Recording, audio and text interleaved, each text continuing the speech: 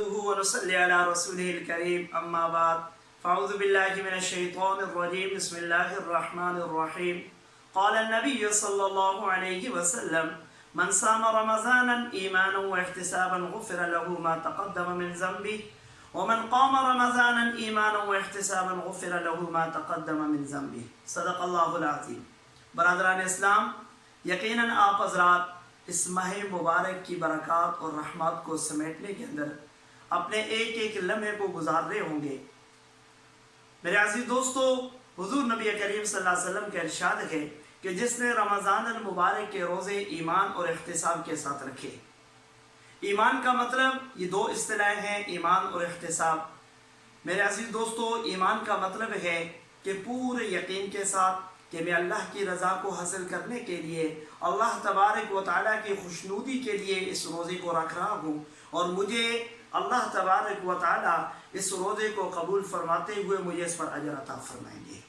احتساب ایمان کا یہی مطلب ہے، اور پھر پورے خیال کے ساتھ پورا محاسبہ کیے ہوئے، ایسا نہیں کہ روزے کے اندر برائی بھی کر لی، روزے کے اندر جھوٹ بھی بول لیا، روزے کے اندر غیبت بھی کر لی، روزے کے اندر گناہ بھی کیا، نہیں، بلکہ پورے گناہوں سے بچاؤ کے ساتھ پورے اپنا محاسبہ کیے ہوئے اس روزے کو، یعنی سحر سے لے کر افطار تک اس کا اہتمام کیا، تو اللہ تبارک و تعالیٰ اس کی زندگی کے سابقہ گناہوں کو بخش دیتے ہیں، معاف فرما دیتے ہیں۔ اور اسی طرح جس نے راتوں کا قیام کیا، صلاۃ تراویح پڑھی، نوافل کی کثرت کی، صلاۃ تہجد پڑھی، میرے عزیز دوستو راتوں کا اکثر حصہ قیام کے اندر گزارا، تو یقیناً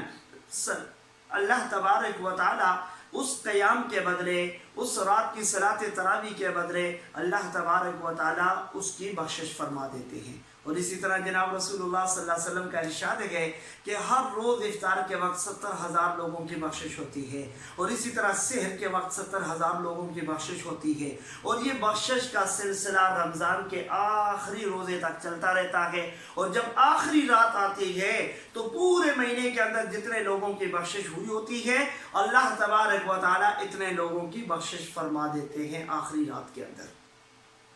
تو میرے عزیز دوستو، رمضان کا یہ مبارک مہینہ،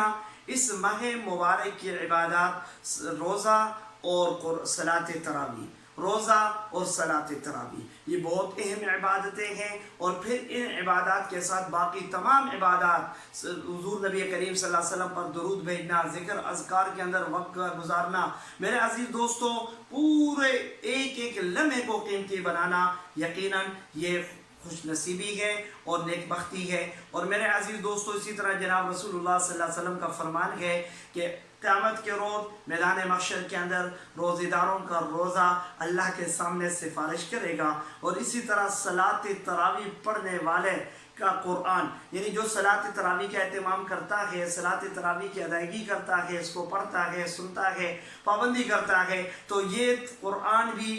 بندے کے حق میں سفارش کرے گا۔ روزہ کہے گا کہ یا اللہ میری سفارش اس کے حق میں قبول کی جائے اور اس کو جنت میں داخل کیا جائے، کیونکہ یا اللہ اس نے دنیا کے اندر یا اللہ روزہ رکھا، اس نے بھوک پیاس کو برداشت کیا، اس نے بہت سے ایسے کام جو اس کے لیے حلال تھے، جائز تھے، عام دنوں کے اندر روزے کی وجہ سے اس نے ان کاموں سے اپنے آپ کو روکے رکھا، تو لہذا یا اللہ میری سفارش اس کے حق میں قبول کر لی جائے۔ تو میرے عزیز دوستو اسی طرح قرآن کہے گا کہ یا اللہ اس نے اپنی رات کا ایک حصہ یا اللہ جگراتے کے اندر گزارا، صلاۃ تراویح کی پابندی کی، یا اللہ یہ قرآن کو سنتا رہا، قرآن کو پڑھتا رہا، یا اللہ میری سفارش اس کے حق میں قبول فرما لی جائے۔ تو آقا مدنی کا ارشاد ہے کہ اللہ تبارک و تعالیٰ روزے کی بھی اور صلاۃ تراویح کی، قرآن کریم کی بھی، روزے کی بھی اور قرآن کریم کی بھی سفارش قبول کرتے ہوئے اللہ تبارک و تعالیٰ اسے جنت میں داخل فرما دیں گے۔ تو لہذا ان اعمال کو ہلکا نہ سمجھیے، ان اعمال کو میرے عزیز دوستو